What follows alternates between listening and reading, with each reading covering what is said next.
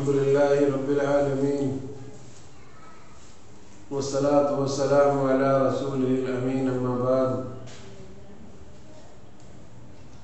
فأعوذ بالله من الشيطان الرجيم بسم الله الرحمن الرحيم لن تنالوا البر حتى تنفقوا مما تحبون۔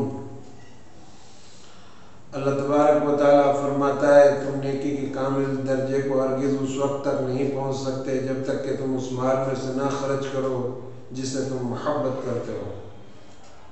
ایک صحابی رضی اللہ تعالیٰ عنہ اپنے باغ میں گئے تو وہاں نماز پڑھنے لگے تو ایک پرندہ اڑا۔ پرندہ اڑنے کی وجہ سے نماز میں خلل پیدا ہوا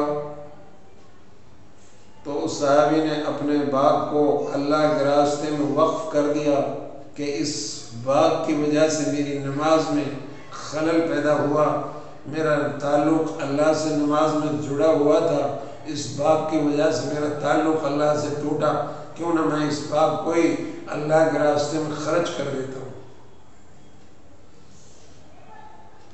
یہ وہ حضرات تھے جن کا عمل قرآن مجید کی تمام آیتوں پر مکمل طور پر عمل تھا، ایک وقت میں پوری قرآن پر عمل تھا۔ یہ امت کے بہترین افراد تھے۔ اللہ تبارک و تعالیٰ سورہ قلم میں ارشاد فرماتا ہے کہ یمن کے اندر ایک باغ تھا، ایک آدمی بڑا اچھا آدمی تھا، وہ جب اس کا باغ کا پھل آتا تھا تو ایک حصہ اس میں رشتہ داروں کو دے دیتا، ایک غریبوں کو دیتا تھا اور ایک اپنے لیے رکھتا تھا۔ اس طرح سے اس کی باغ بہت اچھی فصل لاتا تھا اور وہ خوشحال تھا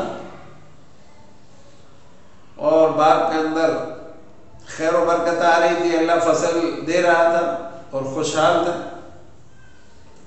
جب اس باغ کے مالک کا انتقال ہوا تو ان کی جو اولاد تھی، ان کی جو نسلیں تھی، ان کے بچوں نے یہ مشورہ کیا کہ اب ہم جو ہے ہماری فصل آئے گی تو ہم نہ غریبوں کو دیں گے نہ رشتہ داروں کو دیں گے، اور صبح کے وقت صبح جائیں گے اور اپنی فصل کو کاٹ کر گھر میں لا کر رکھ لیں گے، نہ رشتہ داروں کو پتہ چلے گا نہ غریب اور غربا کو پتہ چلے گا، اور پھر اس طرح سے ہم جو ہے پوری فصل کے مالک بن جائیں گے۔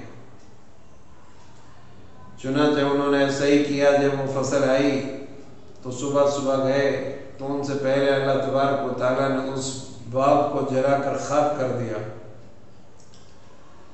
اللہ تبارک و تعالیٰ ان کی نیت کو سمجھ گئے تھے تو اللہ تبارک و تعالیٰ نے ان کے باغ کو جلا دیا۔ وہ آنکھوں کو پھاڑ کر دیکھنے لگے کہ یہ ہمارا ہی باغ ہے یا کسی اور کا ہے، ہم کہیں راستے تو نہیں بھول گئے ہیں؟ تو نہیں، پھر کہنے لگے نہیں راستہ وہی ہے، باغ بھی ہمارا ہے، ہماری نیت بدل گئی تھی اس لیے اللہ کا فیصلہ بدل گیا۔ تو میرے بھائیو، سخی آدمی سے اللہ کی کبھی بگڑتی نہیں اور بخیل آدمی سے کبھی اللہ کی بنتی نہیں، چاہے بخیل الٹا لٹک کر عبادت کرنے لگ جائے، اور سخی سے اللہ کبھی اپنا تعلق توڑتا نہیں ہے۔ تو ہمیں چاہیے ہم جو ہیں اللہ کے راستے میں جو ہمارے پاس امانت ہے یہ مال، اس میں سے غریبوں کو، مسکینوں کو اور مستحقین کو، جو نیک لوگ ہیں، ان پر خرچ کرتے رہا کریں تاکہ ہمارے مال میں اللہ پاک جو ہے اضافہ بھی کرے گا اور اس کی حفاظت بھی کرے گا۔ جس مال پر زکوٰۃ نہیں دی جائے گی اس مال میں آگ لگے گی، یا چور لے جائیں گے، پولیس والے لے کر جائیں گے، یا وکیلوں کے پاس جائے گا، یا وہ کورٹ کچہریوں میں جائے گا، یا حکیم اور ڈاکٹر لے لیں گے۔ اس لیے ہم جو ہے اللہ کے راستے میں خرچ کریں۔ اللہ کے راستے میں خرچ کرنے سے مال کم نہیں ہوتا بلکہ اضافہ ہوتا ہے، اور اللہ تبارک و تعالیٰ خرچ کر کے ہمیں بے شمار عطا فرمائے گا۔ اللہ سے دعا ہے اللہ رب العالمین مجھے بھی آپ سب کو ان باتوں پر عمل کی توفیق عطا فرمائیں۔ وآخر دعوانا الحمدللہ رب العالمین۔